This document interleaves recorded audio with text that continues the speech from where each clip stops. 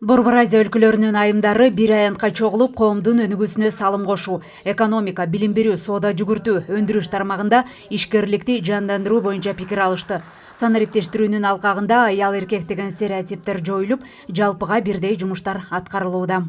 Жалпы эле дүйнөлүк прогресс процесстерде экономиканы стимулдаштырууда, экономиканын туруктуулугун орнотууда аялдардын ресурс катары аялдардын күч аракеттерин экономикага жандандыруу керек, ошого тийиштүү шарттарды түзүш керек деген көп чечимдер чыккан. Ошого эле утурлай биздин мамлекетибизде дагы Кыргыз Республикасында 2026 жылга чейин орто мөөнөттүү программада өтө чоң басым жасалган. Өлкөдө аялдар туруктуу өнүгүүдө негизги ролду жаратат. Бул боюнча атайын 17 багыт тандалып, жүзөгө ашырылып келет. 2030 жылга чейин аялдардын лидерлигин колдоо боюнча мамлекеттик программа бекитилген.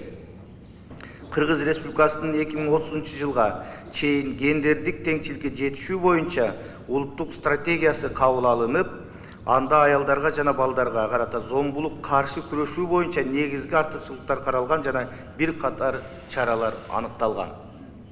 Ошондой эле Кыргыз Республикасынын жогорку кеңеши мыйзам чыгаруучу орган катары аялдардын жана балдардын абалын жакшыртуу боюнча мыйзам актыларын иштеп чыгуу жана кабыл алуу боюнча аракеттерди көрөт. Дүйнөлүк алкактан алып караганда климаттык көйгөйлөр, санариптештирүү, аялдардын укуктары жана мүмкүнчүлүктөрүн кеңейтүү дээрлик ар бир өлкөдө негизги маселеден турат. Бул жагынан коом аялдардын активдүүлүгүнө муктаж.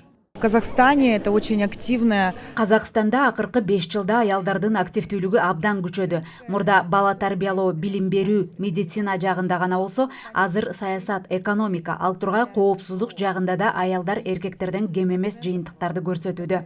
Аялдын активдүүлүгү болгону бул мамлекет үчүн эң жакшы көрсөткүч. Анткени алар ошончо аракетчил келечек коомду тарбиялайт. Женщин — это и создание рабочих мест. Аймактарда жумуш орундарын түзүү негизги маселе. Андан сырткары аялдарды эмгек рыногунда ийгиликке жеткирүү керек. Алардын азыркы заман талабына жараша абалдан чыгып кетүүгө тажрыйбасы жетиштүү болсо, демек коомдо ошончолук ийгиликтүү уул кыздарды чоңойтот.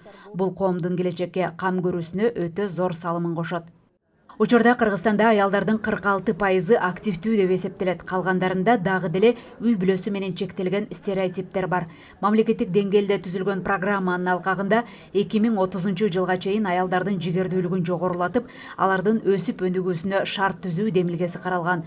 Коомдо аялдар канчалык ийгиликтүү болсо, кийинки келечек муундун ийгилиги ошончо жемиштүү болот.